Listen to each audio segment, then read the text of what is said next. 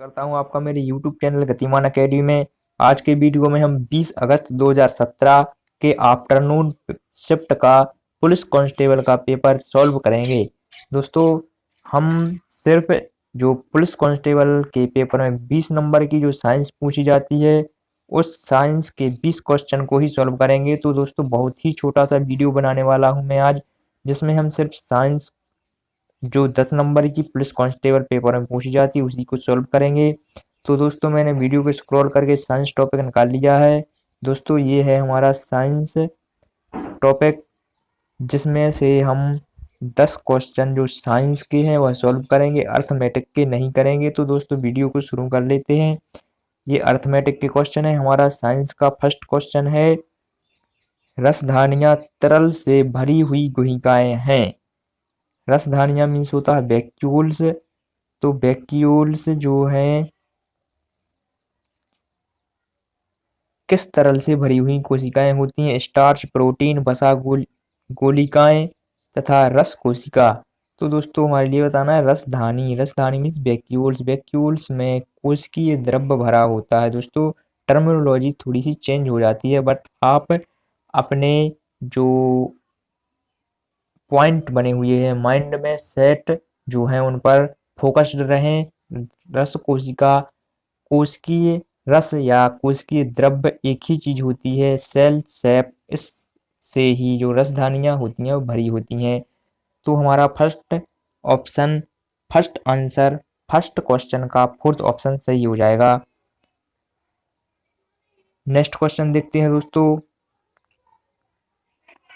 दोस्तों, आपको मैं एक इम्पोर्टेंट बात बता दूं, आपके ब्रेन के लिए एक इम्पोर्टेंट एक्सरसाइज बता दूं कि आपके लिए फ्री नहीं बैठना है। दोस्तों, आपको मैं जितने भी क्वेश्चन यहाँ पर लाया हूँ उसमें से आपको जिस भी क्वेश्चन का आंसर पता हो उसको टिक करें या कमेंट करके भी बता सकते हैं। दोस्तों, नेक्स्ट क्वेश्चन हमारा, प्लास्टर ऑफ पेरिस को इनमें संग्रहित करते हैं? धातु पात्र, नमी रोधित पात्र, रोधी पात्र, शीशे के पात्र। तो दोस्तों, जो प्लास्टर ऑफ पेरिस को नमी रोधित पात्र में संग्रहित किया जाता है, कारण यह है कि अगर प्लास्टर ऑफ पेरिस जो प्लास्टर होता है उसमें नमी के कांटेक्ट में आने पर, नमी के संपर्क में आने पर वह जम जाता है और जमने जाने के बाद वह किसी भी काम का नहीं रह जाता है। इसी वजह से उसको नमी रोधित पात्र में रखा जाता है, जहां पर मॉइस्चर प्रूफ कंटेनर में, जहां पर मॉइस्चर ना मिले और वह पाउडर फॉर्म में बना रहे, क्योंकि नमी से मिलने के बाद वह जम जाता है और किसी भी काम का नहीं रहता है। नेक्स्ट क्वेश्चन देखते हैं। हमारे लिए सिर्फ साइंस के ही क्वेश्चन सॉल्व करना है। तो दोस्तों, थर्ड क्वेश्चन हमारा साइंस का, प्रकाश का अपवर्तन निम्न के लिए उत्तरदायी होता है। प्रकाश का अपवर्तन निम्न के लिए उत्तरदायी होता है? छाया निर्माण, तारे के टिमटिमाने, आकाश के नीले रंग, इंद्रधनुष। तो दोस्तों, प्रकाश का अपवर्तन की वजह से हमारे लिए आसमान में जो तारे हैं टिमटिमाते हुए दिखाई देते हैं। दोस्तों, फ्रैक्शन, अपवर्तन को इंग्लिश में फ्रैक्शन बोलते हैं। तो यहाँ पर टिमटिमाते हुए तारे दिखाई देते हैं। यह होता है प्रकाश के विदिन सेकेंड जो रिफ्रैक्टिव इंडेक्स के चेंज होने की वजह से, हमारे लिए रिफ्रैक्टिव इंडेक्स के चेंज होने की वजह से तारे टिमटिमाते हुए दिखाई देते हैं। और जो बाकी के यहाँ पर ऑप्शन दिए उनको मैं सॉल्व कर देता हूँ। छाया निर्माण, तो दोस्तों छाया निर्माण जो होता है प्रकाश के परावर्तन की घटना है। आकाश का नीला दिखाई देना परावर्तन की घटना है। इंद्रधनुष बनना भी परावर्तन की घटना है। तो हमारे यहाँ पर जो सेकंड ऑप्शन तारे के टिमटिमाना सही आंसर हो जाएगा। यह अपवर्तन के कारण होता है। नेक्स्ट क्वेश्चन देखते हैं दोस्तों। भारत में तेल कुएं कहाँ पाए जाते हैं? दोस्तों, हमारा करेक्ट आंसर यहाँ पर होगा असम। असम में तेल के कुएं पाए जाते हैं। भारत के असम राज्य में तेल के कुएं पाए जाते हैं। यह आपको याद ही रखना पड़ेगा दोस्तों, इसके लिए कोई ट्रिक नहीं है, आपको याद करना पड़ेगा कि असम में तेल के कुएं पाए जाते हैं। नेक्स्ट क्वेश्चन, निम्नलिखित में से उत्पादक को चिन्हित करें। दोस्तों, यह क्वेश्चन खाद्य श्रृंखला से बना हुआ क्वेश्चन है। दोस्तों, यहाँ पर सभी क्वेश्चन, जितने भी क्वेश्चन पुलिस कांस्टेबल में पूछे जाते हैं या तो 10th या 12th लेवल के होते हैं। 10th 12th की बुक से डायरेक्ट उठाए हुए क्वेश्चन कुछ होते हैं, जैसे कि ये क्वेश्चन खाद्य श्रृंखला का क्वेश्चन है। निम्नलिखित में से उत्पादक कौन है? उत्पादक मीन्स प्रोड्यूसर। जो प्रोड्यूसर होता है वह घास होता है, घास उत्पादक, क्योंकि घास जो होता है स्वयं पृथ्वी से, नेचर से उत्पन्न होने वाला है। नेक्स्ट क्वेश्चन देखते हैं दोस्तों। उस एक कवक का नाम बताइए जो भंडारित अनाज को प्रभावित करता है। मीन्स कि जो स्टोर घर में रखा हुआ अनाज में जो फंगस लग जाती, कवक मीन फंगस, वह उसका नाम क्या है? तो दोस्तों एस्परलिकस फंगस जो होती है घर में रखी हुई अनाज में जो फंगस लग जाती है, आपने देखा ही होगा, वह एस्परलिकस होती है। दोस्तों यहाँ पर जितने भी क्वेश्चन हम सॉल्व करेंगे डिटेल्ड मेथड में विद एक्स्ट्रा फैक्ट के साथ सॉल्व करेंगे दोस्तों। जितने भी ऑप्शंस होंगे उनको भी, जितने भी एक्स्ट्रा फैक्ट हो सकते हैं, मैं आपको सभी बताऊंगा। यहाँ पर आप एक्स्ट्रा फैक्ट में देखेंगे कि जो एगेरिकस एगेरिकस जो कवक होती है या फंगस होती है, इसका उपयोग भोजन के रूप में किया जाता है। दोस्तों कभी अगर क्वेश्चन बनता है अगर कौन सी कवक जिसका भोजन के रूप में उपयोग किया जाता है, तो एगेरिकस होती है। और एस्परगिल्स, जो एस्परगिल्स होती है, इसका उपयोग किया जाता है। एस्परगिल्स का उपयोग नहीं, सॉरी दोस्तों, एस्परगिल्स होती है जो भंडारित अनाज में लगने वाली फंगस होती है। नेक्स्ट क्वेश्चन देखते हैं दोस्तों। नवजात शिशु निम्न के कारण अपना भार 2 माह में 2 गुना कर लेता है। दोस्तों अत्यधिक खाने के कारण, शरीर की कोशिकाओं की संख्या में वृद्धि के कारण, वसा में वृद्धि के कारण, दूध में प्रोटीन के कारण। तो दोस्तों कोशिकाओं में वृद्धि के कारण उसका जो भार होता है वह 2 महीने में ही 2 गुना हो जाता है, क्योंकि दोस्तों शिशुओं में सबसे अधिक गति से वृद्धि होती है, स्पीड में वृद्धि होती है, 2 महीने में ही 2 गुना भार हो जाता है। वह होता है उनकी कोशिकाओं में वृद्धि के कारण। बाकी के ऑप्शन दोस्तों यहाँ पर कंफ्यूजिंग ऑप्शन है, बस मीन्स की अननेसेसरी आंसर है। जैसे कि वसा में वृद्धि के कारण, दोस्तों शिशु में इतना मूवमेंट होता है, उसमें वसा फैट नहीं बढ़ सकती, उसमें कोशिकाओं की वृद्धि के कारण जो उसका वजन बढ़ रहा है, कोशिकाओं की वृद्धि के कारण बढ़ रहा है। तो दोस्तों नेक्स्ट क्वेश्चन हम देख लेते हैं। पौधे के सभी भागों का सबसे बाहरी आवरण निम्न का बना होता है। बाहरी आवरण किसी का भी हो, पौधों का हो, ह्यूमंस का हो, मैमल्स का हो, तो वह त्वचा से ही बना होता है। यहाँ पर हम देखते हैं कि त्वचीय ऊतक ऑप्शन में है हमारे, तो यहाँ पर थर्ड ऑप्शन सही हो जाएगा। जो बाहरी आवरण बना होता है दोस्तों, एक्स्ट्रा फैक्ट के लिए मैं आपको बता दूं, बाहरी आवरण डर्मिस, ह्यूमन में अगर पूछा जाए तो वह भी एपिडर्मिस या डर्मिस लेयर का बना होता है। प्लांट्स में भी डर्मिस लेयर होती है। त्वचीय ऊतक होते हैं दोस्तों एक्स्ट्रा फैक्ट में, जैसे कि विभाज्य ऊतक। ऊतक अगर क्वेश्चन होता है कि टिप जो इनकी बनी होती है, टिप जो होती है वह मेरिस्टेमेटिक टिश्यू से बनी होती है, विभाज्य ऊतक ऊतक। लेकिन यहाँ पर हमारे लिए बताना है बाह्य आवरण, तो हमारा सेकंड ऑप्शन, थर्ड ऑप्शन सही हो जाएगा। नेक्स्ट क्वेश्चन देखते हैं। नेक्स्ट क्वेश्चन हमारा साइंस का क्वेश्चन। मृदा की तैयारी करने के उपरांत इस कृषि अभ्यास का अनुसरण किया जाता है। मृदा जब तैयार है तो उसमें बुआई की जाती है। कितना इजी गोइंग क्वेश्चन है दोस्तों, हमारा आंसर हो जाएगा थर्ड। नेक्स्ट क्वेश्चन देखते हैं। एक प्लास्टिक की थैलियों को ना कहें और कपड़े की बैगों को हाँ कहें, क्योंकि प्लास्टिक लकड़ी के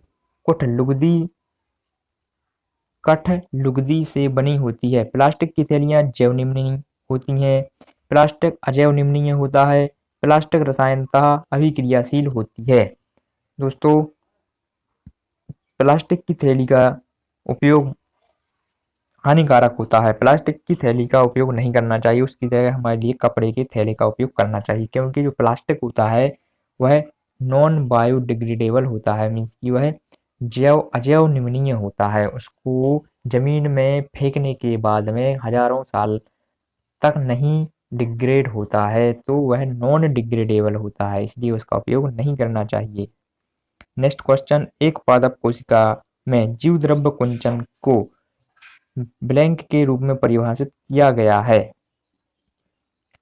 अल्प परासारी माध्यम में जीवद्रव्य कला का विघटन, केंद्रक द्रव्य का संकुचन, अति परासारी माध्यम में कोशिका द्रव्य का संकुचन। उपयुक्त में से कोई नहीं। दोस्तों पादप कोशिका के जीवद्रव्य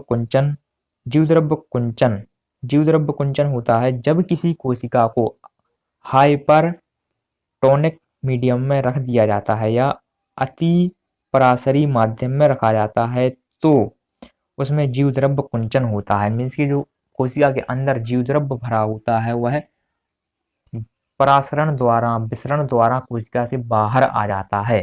सॉरी, परासरण द्वारा कोशिका से बाहर आ जाता है तो इसे कहते हैं जीव द्रव्य कुंचन। यहाँ पर हमारा थर्ड ऑप्शन सही हो जाएगा। नेक्स्ट क्वेश्चन देखते हैं दोस्तों। विद्युत फ्यूज जोड़ा जाता है। विद्युत फ्यूज दोस्तों आपने देखा होगा घरों में जो लाइट फिटिंग होती है उसमें एक फ्यूज लगा होता है। अगर किसी कारणवश इलेक्ट्रिक शॉर्ट होता है या कोई मिस्टेक लाइट में हो जाती है तो फ्यूज उड़ जाता है, फ्यूज बीच में ही टूट जाता है। वह इसीलिए लगाया जाता है कि लाइव वायर में विद्युतमय तार में अगर कोई प्रॉब्लम मिस्टेक हो जाए तो वह टूट जाए और हमारी जो इलेक्ट्रिसिटी की सप्लाई है, घर की जो फिटिंग है वह सेफ बनी रहे। फ्यूज बस उड़ जाएगा, हम फ्यूज को चेंज कर सकते हैं। तो यहाँ पर हमारा विद्युतमय तार सही ऑप्शन हो जाएगा। एक्स्ट्रा फैक्ट के लिए बता दूं दोस्तों, ऊर्जा मीटर के आसपास नहीं होता। उदासीन तार में लगाएंगे तो उदासीन तार तो उदासीन ही है, उसमें क्या मतलब का रहेगा। भू तार पर अर्थ मीन्स की यहाँ पर अर्थ में भी नहीं लगाया जाता। अर्थ जो होता है उसमें भी नहीं लगाया जाता। अर्थ में लगाने से जब हमारी इलेक्ट्रिसिटी सप्लाई होती रहेगी, अगर अर्थ फ्यूज हो जाएगा तो उससे कोई मतलब का नहीं है, हमारी इलेक्ट्रिसिटी उससे शॉर्ट हो सकती है। इसलिए उसको लाइव वायर में लगाया जाता है जिससे करंट पास हो रहा होता है, उसमें विद्युतमय तार में फ्यूज लगाया जाता है। नेक्स्ट क्वेश्चन देखते हैं दोस्तों।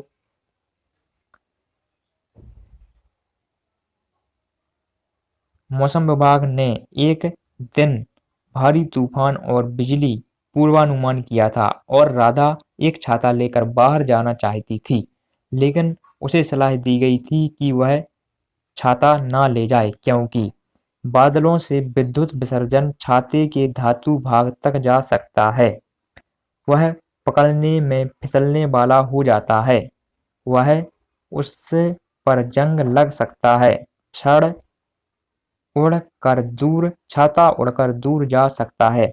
दोस्तों सब नेसेसरी, यहाँ पर हमारा फर्स्ट ऑप्शन सही हो जाएगा।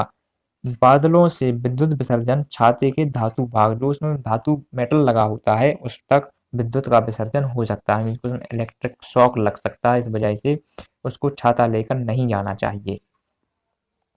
नेक्स्ट क्वेश्चन देखते हैं दोस्तों। बहुत ही लेंदी क्वेश्चन है दोस्तों, मैं आपको बहुत ही शीघ्र पढ़ के बता देता हूँ। एक तारे के आकार की आकृति काली कागज की पट्टी काटी गई थी जिसका उपयोग डी स्टार्च किए गए पौधे की पट्टी को ढकने के लिए किया जाता है, जो यह प्रदर्शित करने के लिए इस्तेमाल होता है कि प्रकाश संश्लेषण की प्रकाश जरूरी है।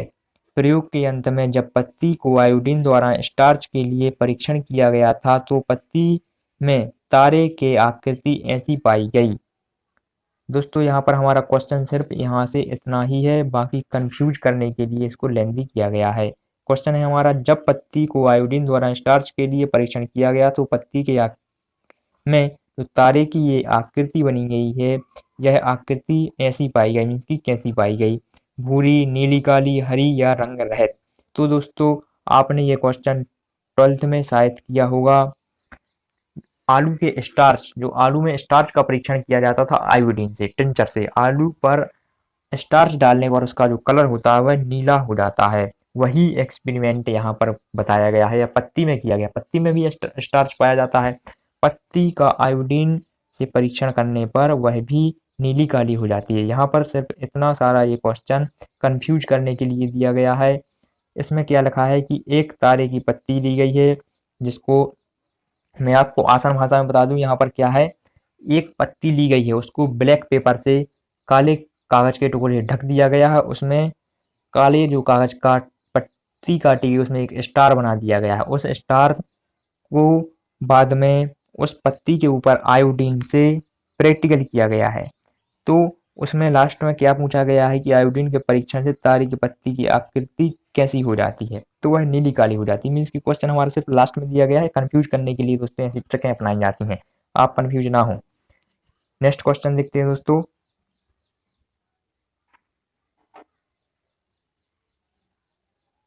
दोस्तों हमारे साइंस के सभी क्वेश्चन सॉल्व हो गए हैं। आई होप आपको सभी क्वेश्चन के आंसर क्लियर हुए होंगे, क्योंकि मैंने बहुत ही एक्स्ट्रा फैक्ट के साथ में, तभी दोस्तों हमारा वीडियो लेंदी हो जाता है, क्योंकि आपको जितने भी ऑप्शन के एक्स्ट्रा फैक्ट हो सकते हैं सभी आपको बताता हूँ। इससे आपको यह फायदा होगा कि एक ही क्वेश्चन बार बार रिपीट नहीं होता, बट उससे मिलते जुलते क्वेश्चन रिपीट होते रहते हैं। क्वेश्चन थोड़ा सा चेंज करके दे देते हैं, तो इसलिए मैं आपको सभी जितने भी ऑप्शन रहते हैं उनके जितने भी एक्स्ट्रा फैक्ट हो सकते हैं सभी बता देता हूँ, जिससे आपको किसी भी प्रकार से क्वेश्चन पूछ लिया जाए तो आपसे बने। आई होप आपको वीडियो पसंद आया होगा। यदि आपको मेरा काम थोड़ा भी पसंद आता है तो आप मेरे वीडियो को लाइक करें तथा चैनल को सब्सक्राइब करें। धन्यवाद।